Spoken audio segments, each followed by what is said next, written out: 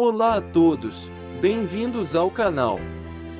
O tema dessa mensagem é a espada flamejante.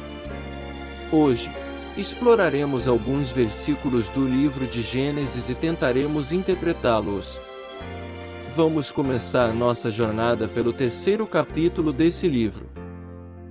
Gênesis capítulo 3, versículo 21. E fez o Senhor Deus a Adão e a sua mulher túnicas de peles, e os vestiu.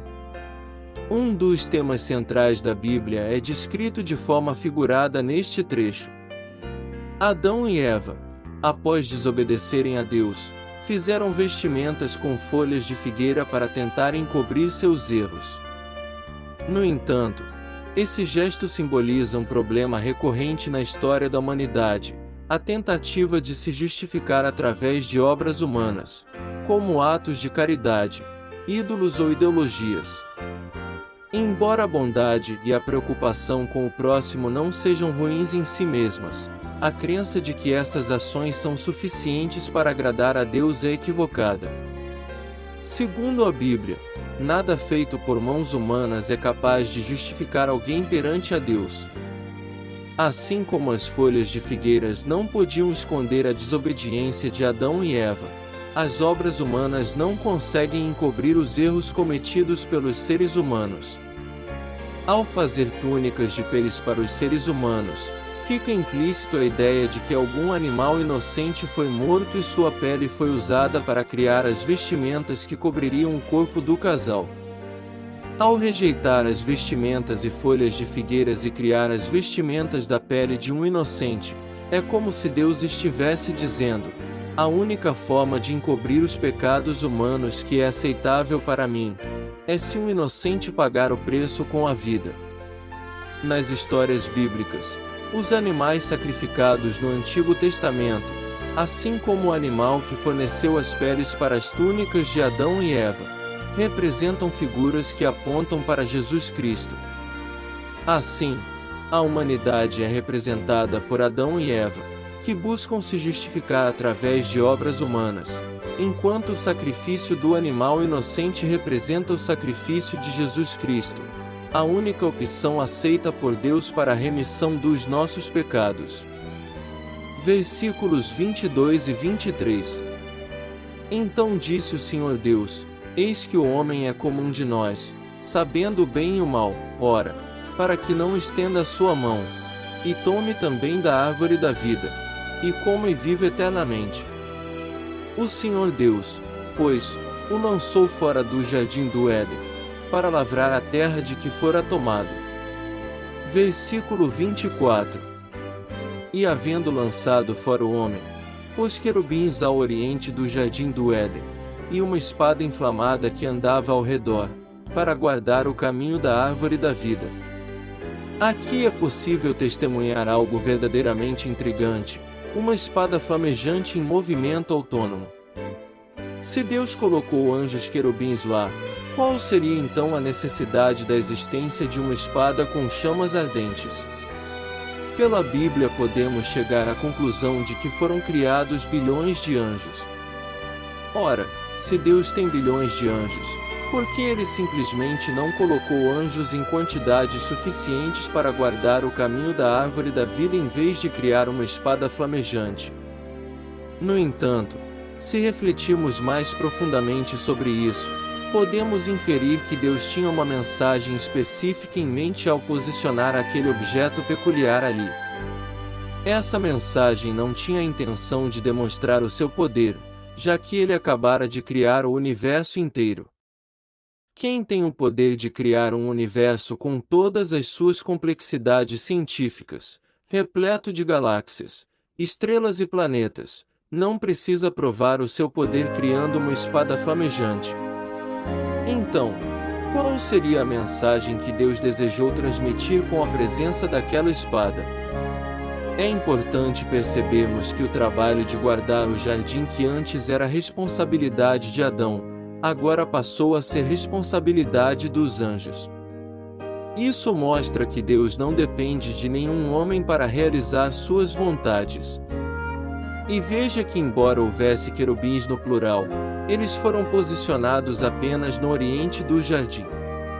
A espada, por sua vez, era responsável por se mover para todos os lados. Ou seja, a espada era inevitável. Não existia um caminho até a fonte da vida eterna que não passasse pela espada. Mas por que Deus escolheu essa solução singular em vez de espalhar querubins em cada extremidade?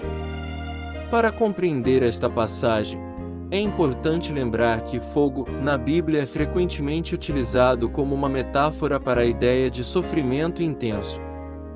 O inferno é descrito como um lago de fogo e enxofre, que sugere um lugar de dores intensas.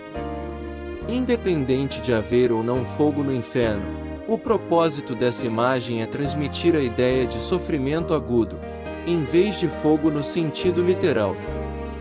Portanto, temos um caminho protegido por anjos e como espada que carrega consigo a ideia de dores intensas. Quando olhamos para uma espada tradicional fincada verticalmente na terra, ela se assemelha a uma cruz. Ao combinar esses significados, podemos obter a ideia de dores e sofrimento associados à cruz. Aquele que se aproximasse do oriente do jardim teria que ser alguém superior aos anjos, capaz de enfrentar a espada e alcançar a árvore da vida. E foi exatamente isso que Cristo realizou. Ele se fez homem, nascendo em Israel, o jardim de Deus, no oriente da terra. Na noite anterior à sua crucificação, Cristo estava no jardim do Getsemane, porém não experimentava as delícias que Adão desfrutava no Éden.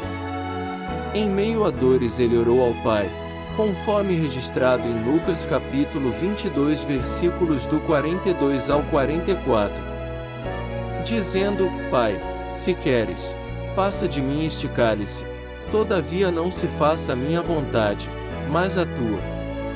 E apareceu-lhe um anjo do céu, que o fortalecia. E, posto em agonia, orava mais intensamente. E o seu suor tornou-se como grandes gotas de sangue, que corriam até o chão. Observe que nesse episódio também se manifestaram os elementos, jardim e anjo. Contudo, a função do anjo ali era de confortá-lo, já que Cristo iria enfrentar as torturas e a cruz, simbolizada aqui pela espada flamejante. Como mencionei anteriormente, flamejante denota dor, mas, no caso de Jesus, o significado é ainda mais intenso, pois, antes de chegar à cruz, seu corpo havia sido dilacerado pelos açoites, e todas as feridas e torturas devem ter provocado uma febre e um aumento da temperatura corporal graves. Ele estava, figurativamente, ardendo em dor, e daí o termo flamejante. E assim, Cristo enfrentou a espada flamejante, a cruz, com seu corpo todo retalhado em feridas. E triunfou. É por isso que ele tem acesso à árvore da vida, e é o único que pode nos conceder a vida eterna. Não há salvação nem vida eterna em nenhum outro além dele, pois foi ele quem percorreu o caminho da árvore da vida e venceu. Apocalipse capítulo 2 versículo 7. Quem tem ouvidos, ouça o que o Espírito diz às igrejas: ao que vencer, dar-lhe-ei a comer da árvore da vida, que está no meio do paraíso de Deus. Apocalipse capítulo 22 versículo 14. Bem-aventurados aqueles que guardam os seus mandamentos, para que tenham direito à árvore da vida, e possam entrar na cidade pelas portas. Busque ao Senhor enquanto pode. Se puder, compartilhe este vídeo. E caso queira ajudar este projeto, doe qualquer valor para o endereço de e-mail abaixo. Obrigado e fique com Deus.